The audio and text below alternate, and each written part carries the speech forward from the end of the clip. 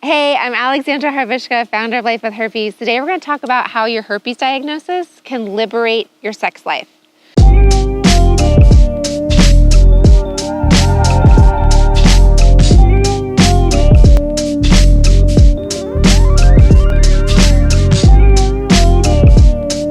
Okay, I know liberation, sex, herpes do not go in the same sentence, same paragraph, same page, same anything, right? Because we think like herpes, you did something wrong, you punished yourself, you're shameful, there's guilt, there's scarlet letters, there's feeling like a leper.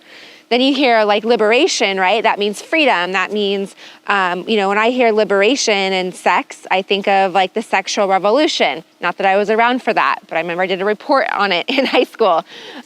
So there's sex, liberation, and herpes don't go together. However, I'm here to tell you that actually having herpes can liberate your sex life. So a lot of times when we are diagnosed with herpes, we are surrounded with, again, like I said earlier, a lot of shame, guilt, and it keeps us in this little bubble of feeling like we shouldn't enjoy sex. It's not something that should be a part of our life.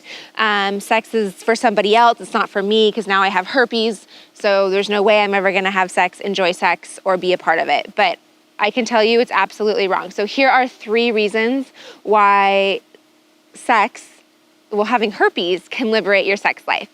Okay, number 1 is communication. So because you have herpes, you are now forced to have the sex talk, right? This is something that we should have always been having before. We should have always been having the communication about sexual health, past partners, all that. But now because you have herpes, it is your due diligence, it is your obligation to communicate that with your partner. So when that happens, when you're forced to have this really uncomfortable conversation about sex, right, about herpes, you now get more comfortable with your partner, right? You're a little bit better at having these difficult conversations with your partner. So if you can have a conversation about herpes, chances are you can have other conversations.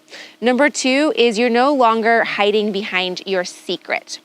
So we all have secrets, and when we're diagnosed with herpes, that is like our biggest, deepest, darkest secret. We want to lock it up, put it away, throw the key away, throw it to the bottom of the ocean.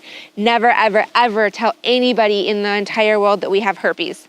Well, as soon as you get past that, and as soon as you start talking about it, and as soon as you start telling your partners or owning that you have herpes, or just like, I have herpes, so what, As soon as you get to that point, you are now liberated. You are set free. You are not being controlled by this secret. Like, oh my gosh, what if people find out? Or there's no way I can date because then I have to tell people and then I'll find out. So yeah, having herpes allows you to not feel like you have to keep this dark secret. It's going to force you to open up and tell it.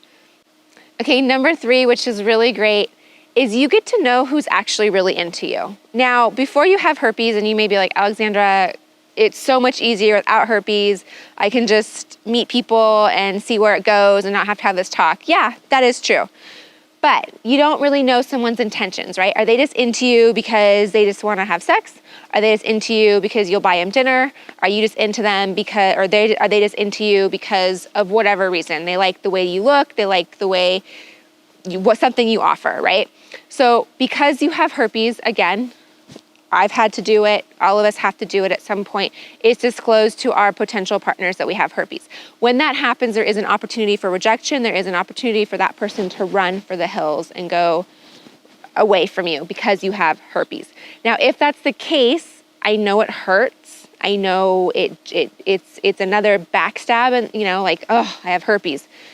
But when they don't do that and they are like, I don't care, so what, you have herpes, right? You know who's really into you.